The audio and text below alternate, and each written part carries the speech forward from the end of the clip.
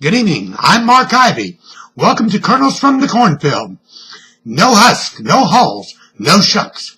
News with a dash of commentary to spice up your daily fare. 13. That's the number of lives that have been lost due to corporate callousness and government indifference. 13.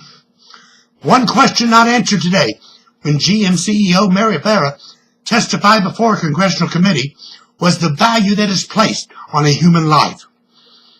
As far back as 2001, GM knew that it had a faulty ignition switch, and yet they continued to use that faulty ignition switch all the way up until 2010.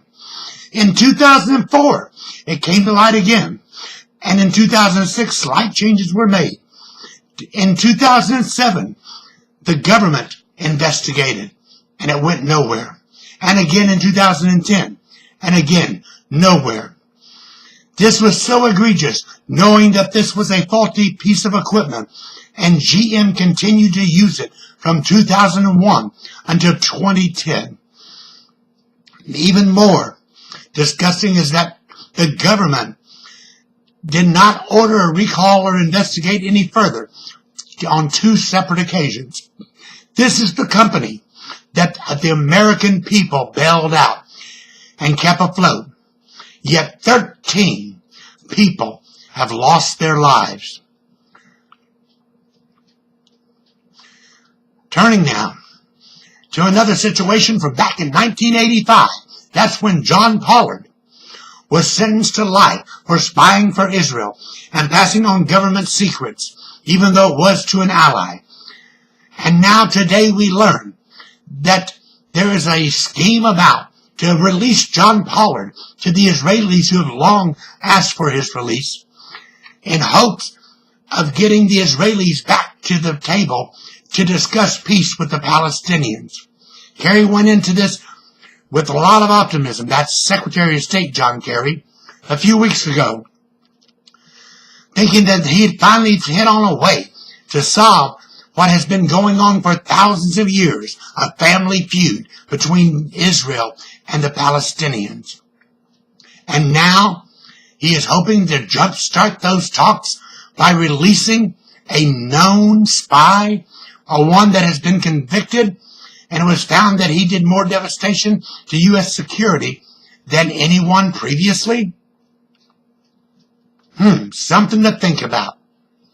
I thought the U.S. was not in the business of dealing this way and making trade-offs, especially when we're talking about a traitor. President Barack Obama is dancing away, we are told, and is even celebrating with a victory lap over the numbers coming in from those who have signed up through healthcare.gov and the state exchanges in compliance with the Affordable Care Act. But I don't think it's time yet to be celebrating anything until we know for sure the breakdown of the numbers, how many actually went on Medicaid, how many of them were previously insured and lost their insurance, believing the president when he said, if you like your insurance, you can keep it, signed up through the exchanges. How many of these are those healthy young Americans necessary to make the program viable? How many of these are sick and elderly? And how many of these have yet to pay their premiums? How many of the nearly 7 million have only registered on the website but have not followed through with the purchase of health insurance? Until we know exactly how many of the targeted 40 million uninsured Americans actually have moved over to having purchased private health insurance, we won't know whether this program is anything to celebrate about or not. But based on the figures in my report yesterday and in my report, the ACA site goal, hit or miss, it would seem from those numbers and that breakdown, this is anything but a success.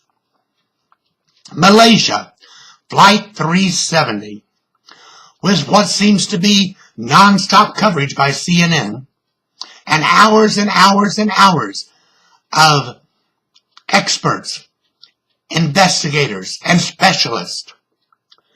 The mystery of what happened to this flight remains the same today, and the answer from everyone that you talk to about what could have happened to the flight is the same.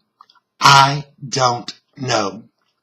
We continue to mourn the lives that were lost in Washington State when mud came flowing through the valley, wiping out the town, covering up houses, burying people alive. So far, 28 have lost their lives. Another 20 are still missing in this natural disaster. On the Ukrainian front, no change. Russia's still poised to invade the country. Ukraine still asking Europe and the U.S. to honor the treaties to protect it. And still, life goes on, and we continue doing victory laps. Syria still has its chemical weapons, yet we're doing victory laps. Doesn't sound like a good recipe to me. Well, that's what it is on this Tuesday, April 1st, 2014, from the Cornfield. Hope you enjoyed your kernels, and we'll chime in tomorrow night. And remember, your comments are welcome, though moderated. Have a good evening. This is Mark Ivy from the Cornfield signing off.